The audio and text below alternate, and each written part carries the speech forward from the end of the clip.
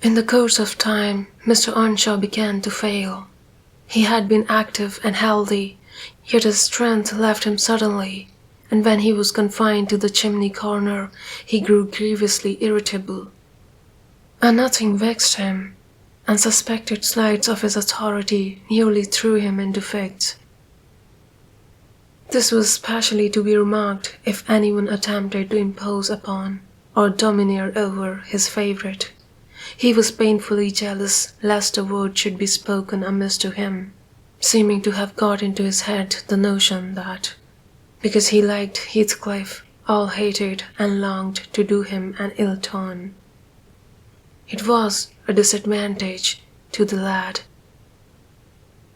for the kinder among us did not wish to fret the master, so we humoured his partiality, and that humouring was rich nourishment to the child's pride and black tempers. Still, it became in a manner necessary twice or thrice. Hindley's manifestation of scorn, while his father was near, roused the old man to a fury. He seized his stick to strike him, and shook with rage that he could not do it. At last, we had a curate then, who made the living answer by teaching the little Lintons and Earnshaws, and farming his bit of land himself, advised that the young man should be sent to college, and Mr. Earnshaw agreed, though with a heavy spirit, for he said, Hindley was not, and would never thrive as where he wandered. I hoped heartily we should have peace now. It hurt me to think the master should be made uncomfortable by his own good deed. I fancied the discontent of age and disease arose from his family disagreements, as he would have it that it did. Really, you know, sir, it was in a sinking frame. We might have got on tolerably, notwithstanding, but for two people, Miss Cathy and Joseph, the servant. You saw him, I dare say, up yonder. He was, and is yet most likely, the worrisomest self-righteous Pharisee that ever ransacked a Bible to rake the promises to himself and fling the curses to his neighbours. By his knack of sermonizing and pious discoursing, he contrived to make a great impression on Mr. Earnshaw, and the more feeble the master became, the more influence he gained. He was relentless in worrying him about his soul's concerns and about ruling his children rigidly. He encouraged him to regard Hindley as a reprobate, and night after night he regularly grumbled out a long string of tales against Heathcliff and Catherine, always minding to flatter Earnshaw's weakness by heaping the heaviest blame on the latter.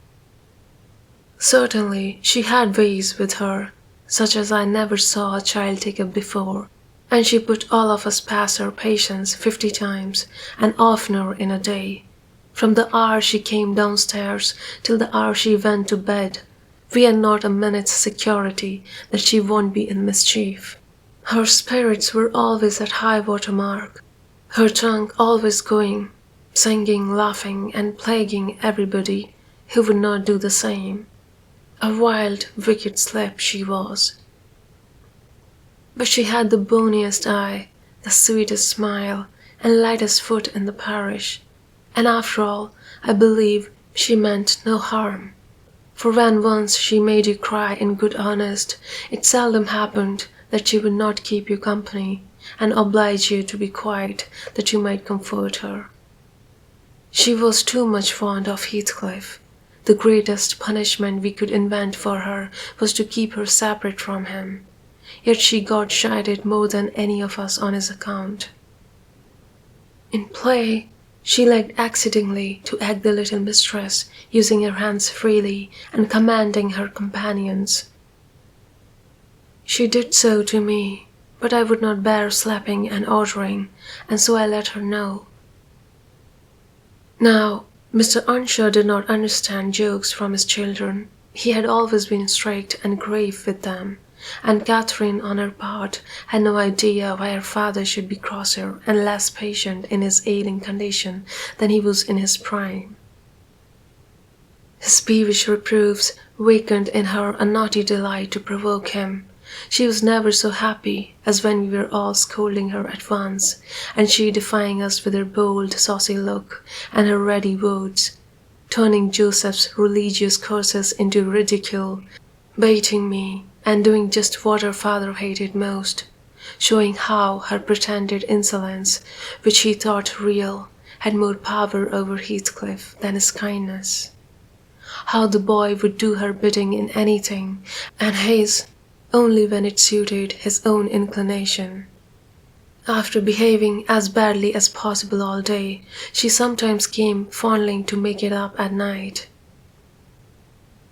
"Nay, Getty," the old man would say, "I cannot love you. You're worse than your brother. Go say your prayers, child, and ask God's pardon. I doubt your mother and I muster you that we ever reared you." That made her cry at first, and then, being repulsed continually, hardened her, and she laughed if I told her to say she was sorry for her faults and begged to be forgiven. But the hour came, at last, that ended Mr. Earnshaw's troubles on earth. He died quietly in his chair one October evening, seated by the fireside. A high wind blustered round the house and roared in the chimney.